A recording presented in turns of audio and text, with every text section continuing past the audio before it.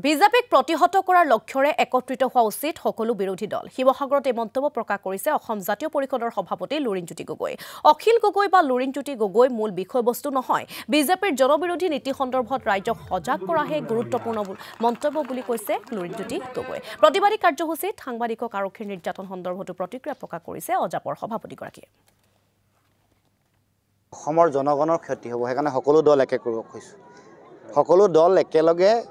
বিৰোধী শক্তি একলগ কৰিব খুজিছোঁ দুটা দল একলগ হোৱাতকৈ সকলো বিৰোধী একেলগে যুঁজিব লাগে বিজেপিৰ বিৰুদ্ধে এইটো হ'ল মূল লক্ষ্য না সকলো দলে সহযোগ কৰিব লাগিব কংগ্ৰেছেও কৰিব লাগিব অখিল গগৈ একলগ হৈ সকলোৱে খেলিব লাগিব এইটো হ'ল মূল কথা ইয়াত বিষয়বস্তু লুৰিণ গগৈ অখিল গগৈ নহয় বিজেপিক প্ৰতিহত কৰাটো আমাৰ সকলোৰে লক্ষ্য বিজেপিৰ জনবিৰোধী নীতিবোৰ মানুহৰ মাজত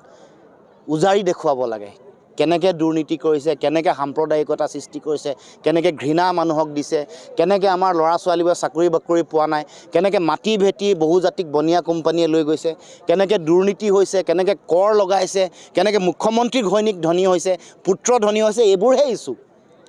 ইছ্যু এইবোৰহে বাকী লুৰিণ গগৈ অখিল গগৈ ইছ্যু হ'ব নোৱাৰে এইবোৰ বিষয়ো নহয় আলোচনাৰো বিষয় নহয় আলোচনাৰ বিষয় মুখ্যমন্ত্ৰীয়ে কি কৰিছে আৰু একেলগে মিলি যুঁজিব লাগে এইটোতো শেহতীয়া জ্বলন্ত উদাহৰণ ইয়াৰ আগতো সংবাদকৰ্মীসকলক এনেকৈ আক্ৰমণ কৰিছে ভয় ভাবুকি খুৱায় আনকি সংবাদকৰ্মীসকলৰ সংবাদমেলৰ সময়তে মুখ্যমন্ত্ৰীয়ে কিমান দুৰ্ব্যৱহাৰ কৰে আপোনালোকে দেখিছে গতিকে মই ভাবোঁ যে সকলোৱে প্ৰতিবাদ কৰিব লাগে সাংবাদিকসকলেও এনেকুৱা ধৰণৰ যেতিয়াই দুৰ্ব্যৱহাৰ মুখ্যমন্ত্ৰীয়ে কৰে মনে মনে বহি থাকিব নালাগে আমাৰ যিসকল সম্পাদক আছে স্বনামধন্য বা যিমানবোৰ ইলেক্ট্ৰনিক মিডিয়া হওক প্ৰিণ্ট মিডিয়া তাত থকা যিসকল অসমৰ জাতীয় জীৱনৰ স্বনামধন্য সাংবাদিক বা সম্পাদক তেওঁলোকেও নিজৰ কলমেৰে মুখ্যমন্ত্ৰীৰ এইটো যিটো তেওঁলোকৰ চৰিত্ৰ মানে গণতন্ত্ৰৰ চতুৰ্থ স্তম্ভৰ প্ৰতি তেওঁলোকৰ যিটো হীন মনোভাৱ তেওঁলোকৰ যিটো দৃষ্টিভংগী অগণতান্ত্ৰিক দৃষ্টিভংগী এই দৃষ্টিভংগী বা এতিয়া যেনেকৈ আক্ৰমণ কৰিছে এইটোতো শেহতীয়া ঘটনা শেহতীয়া উদাহৰণ হেৰিৰ সন্মুখতে কেমেৰাৰ সন্মুখতে মুখ্যমন্ত্ৰীয়ে কেনেকৈ দুৰ্ব্যৱহাৰ কৰে আপোনালোকে দেখা নাই